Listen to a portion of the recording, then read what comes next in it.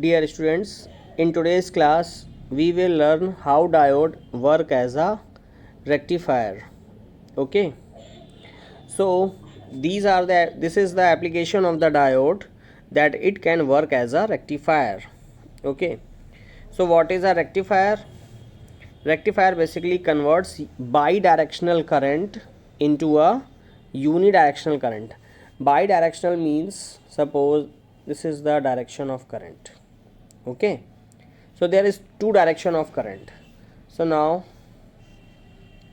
this is the unidirection of current. Okay, I think you got it.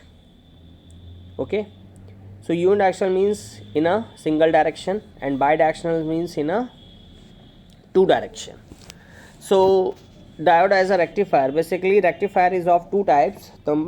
First one is half wave rectifier and other one is full wave rectifier. Okay, so half wave क्या करेगा? Half wave आपकी half wave को ही convert करेगा, और ये जो full wave है वो आपकी फुल वेव को रेक्टिफाई करेगा. ठीक है, अब देखो, जैसे कि ये आपका हाफ वेव रेक्टिफायर है. ठीक है, पहला वाला.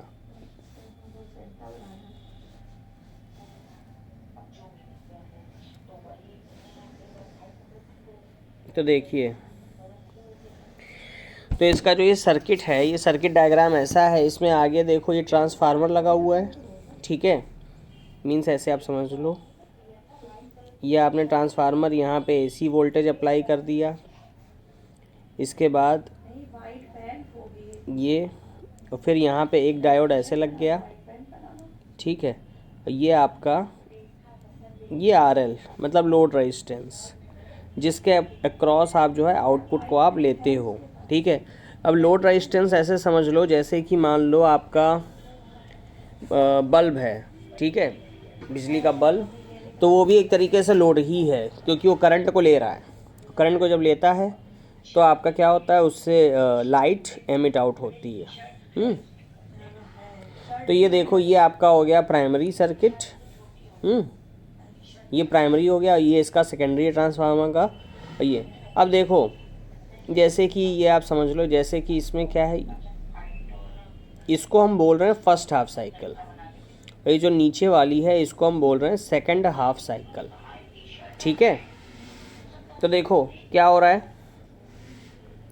तो फर्स्ट हाफ साइकिल में जो डायोड है वो आपका क्या हो रहा है, फॉरवर्ड बायस. क्योंकि इसमें देखो, इसमें आपको पता है डायोड फॉरवर्ड बायस कब होता है, जब यहाँ से इसमें पॉजिटिव जाएगा, पॉजिटिव करंट जाएगी, मतलब ये आपका एक तरीके से पी टाइप है, ये वाला एन टाइप होता है. तो जब यहाँ आपका पॉजिटिव जाता है तो ये डायोड कैसा हो जाता है, फॉरवर्ड बायस. फॉरवर्ड बायस का ये मतलब होता है कि ये जहाँ डायोड लगा है वहाँ पे एक तरीके से एक कंडक्टिंग पाथ बन जाता है. ठीक है, तो जो करंट है, करंट जैसे ये प्राइमरी में ये वोल्टेज आपका आ रहा है, तो करंट आपकी ऐसे करके ये लोड के अक्रॉस फ्लो करने लग जाती है. ठीक है, तो यहाँ पे आपको आउटपुट मिल जाता है. तो यहाँ पे आउटपुट मिल गया, इसका मतलब क्या हुआ, इसका मतलब देखिए सर्किट हमारे समझ में, आपको समझ में आ गया होगा. ठीक है, तो देखो, ये देखो, ये है आपका तो जैसे फर्स्ट हाफ साइकिल में डायोड क्या है, फॉरवर्ड बायस. तो हमें क्या होता है, हमें जो आउटपुट मिलता है, हमें फर्स्ट हाफ साइकिल में आउटपुट मिल जाएगा, क्योंकि हमें कंडक्टिंग पाथ वहाँ पे ऐसे ऐसे मिल गया. डायोड की जगह हमने एक कंडक्टिंग पाथ लगा दिया. ठीक है, अब सेकंड हाफ साइकिल में क्या होता है, सेकंड हाफ साइकिल में ये निगेटिव है.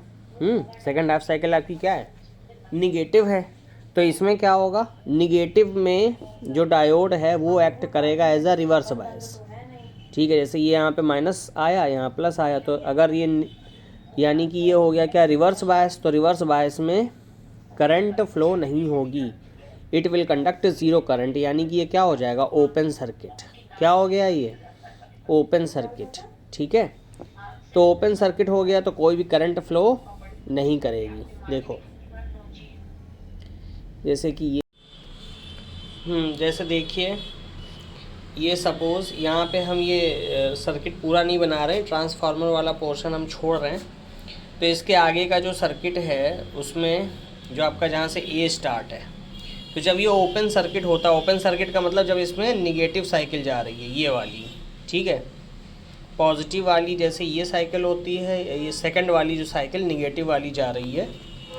तो जब निगेटिव साइकिल जाती है, फिर से समझिएगा, निगेटिव साइकिल आपकी ये जो नीचे की तरफ ये गई, तो डायोड, क्योंकि ये आपका क्या होता है, ये आपका होता है यहाँ P होता है और इधर जो है ये N होता है, ये पॉजिटिव ये निगेटिव। तो यानी कि इधर अगर आपका निगेटिव साइकिल आएगी तो ये जो डायोड है ये आपका हो जाता है रिवर्स बायस, ठीक है। तो जब ये रिवर्स बायस हो जाता है तो ये आपका हो जाएगा क्या, ओपन सर्किट। क्या हो जाएगा, ओपन सर्किट। क्लियर। तो ओपन सर्किट का मतलब ये है, इसको हम बोलेंगे ओपन सर्किट। तो देखो जैसे ये ए पॉइंट है, तो ए पॉइंट से ये आपका ओपन सर्किट हो गया, बाकी ये लोड रेजिस्टेंस लगा हुआ है, तो ये आपका ये आगे तो ये बी पॉइंट है। क्लियर। तो ओपन सर्किट का ये मतलब है कि आगे जो करंट जो है वो फ्लो नहीं करेगी, तो आउटपुट आरएल पे आउटपुट क्या आ जाएगा, ज़ीरो। क्लियर। यहाँ पे आउटपुट क्या आ जाएगा, ज़ीरो। तो यानी कि इसकी अगर आप वेव फॉर्म देखोगे तो वेव फॉर्म आपको केवल तभी नज़र आती है, ठीक है, वेव फॉर्म आपको केवल तभी नज़र आएगी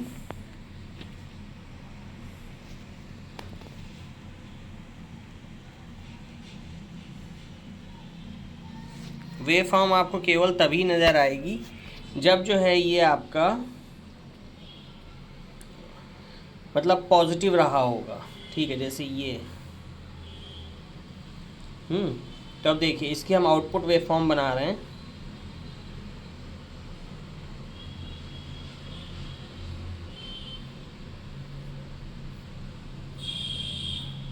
तो इधर जब ये पॉजिटिव है तो इसका आउटपुट ये आएगा, इधर ये निगेटिव है तो आउटपुट नहीं आएगा, फिर पॉजिटिव तो फिर आउटपुट, फिर ये जीरो तो इधर आउटपुट फिर नहीं आएगा।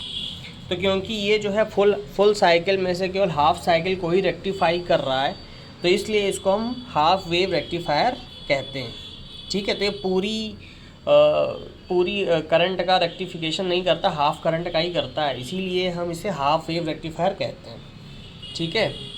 नेक्स्ट हम बात करेंगे फुल वेव रेक्टिफायर की, और इस फुल वेव रेक्टिफायर को हम सेंटर टैप भी कहते हैं, क्योंकि इसका अगर आप सर्किट देखेंगे तो देखिए जैसे उसमें ट्रांसफार्मर था वैसे इसमें भी ट्रांसफार्मर है। इसके बाद इसमें फ़र्क इतना है कि यहाँ पे दो डायोड लगे हुए हैं, एक डायोड D1 एक डायोड D2, ठीक है। और इसका जो सेंटर है, ध्यान देना, इसका जो सेंटर है यहाँ से ये टैपिंग की गई है और इससे ये आपका लोड रेजिस्टेंस नीचे यहाँ पे ये कनेक्टेड है, इसी लोड रेजिस्टेंस के अक्रॉस ही हम आउटपुट लेते हैं। क्लियर। आपको बात समझ में आ गई होगी। तो ऊपर वाला आपका D1 है, नीचे वाला आपका D2 है। क्लियर। अब देखिए जैसे कि फुल वेव रेक्टिफिकेशन, तो इसमें क्या है, जब आपका इसमें भी यही, जैसे इनपुट पे आपकी ये साइकिल आपकी इनपुट पे जा रही है, ठीक है। तो इसमें जैसे दो वेव फॉर्म है, एक आपकी फर्स्ट ये है और सेकंड ये है, ठीक है। तो अब देखो हम क्या कर रहे हैं, हम यहाँ से सप्लाई जो दे रहे हैं, ये वाली सप्लाई इसको दे रहे हैं। तो जब फर्स्ट हाफ साइकिल जाती है तो ड्यूरिंग फर्स्ट हाफ साइकिल जो डायोड A1 ये D1 है ये क्या हो जाता है, पॉजिटिव, ठीक है। इधर क्योंकि पॉजिटिव गया और इधर क्या गया आपका, इधर आपका पॉजिटिव चला गया, ठीक। तो ये वाला आपका जो है ये हो जाता है फॉरवर्ड बायस। ये कैसा हो जाता है, फॉरवर्ड बायस। और जो ये वाला है D2 पे निगेटिव साइकिल जा रही है, D2 पे निगेटिव साइकिल जा रही है, इसलिए D2 जो है ये आपका हो जाता है रिवर्स बायस। तो रिवर्स बायस में यानी कि ये हो गया आपका ओपन सर्किट, ठीक है, ये कैसा हो गया, ओपन सर्किट। तो यानी कि जो करंट है वो आपकी ऐसे होते हुए ऐसे आ जाती है। क्लियर, इस तरीके से करंट यहाँ पे फ्लो कर जाती है। बात समझ में आ गई। यानी कि फर्स्ट हाफ साइकिल में D1 जो है आपका, वो आपका फॉरवर्ड बायस है, तो D1 वाला कंडक्टिंग हो जाएगा, यानी कि ये करंट पाथ अवेलेबल करा देगा। करंट जो है वो इस तरीके से होते हुए ये आ जाएगी, D2 बाईपास हो जाएगा, क्योंकि D2 इस समय रिवर्स बायस है, तो ये ओपन सर्किट हो जाएगा। नेक्स्ट केस में क्या होगा, जब निगेटिव साइकिल जाएगी, तो जब निगेटिव साइकिल जा रही होगी तो ये आपका जो D2 है निगेटिव साइकिल में, जो आपका जैसे ये आपकी ये जा रही है, ठीक है, फर्स्ट हाफ साइकिल तो ये थी, ठीक।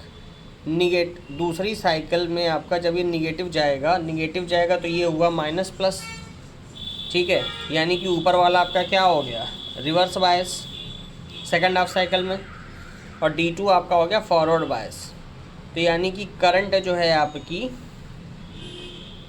वो इस तरीके से होते हुए ऐसे आ जाएगी। क्लियर, तब D1 आपका बाईपास हो जाएगा। बात समझ में आ गई। तो दूसरे केस में आपका D1 रिवर्स बायस हो जाएगा और D2 फॉरवर्ड बायस हो जाएगा। तो इस तरीके यहाँ पे आप अगर देखोगे तो हर एक साइकिल का रेक्टिफिकेशन होगा, ठीक है। मतलब कि ये देखिए वेव फॉर्म बनी हुई है, यहाँ पे हमको जो आउटपुट मिल रहा है,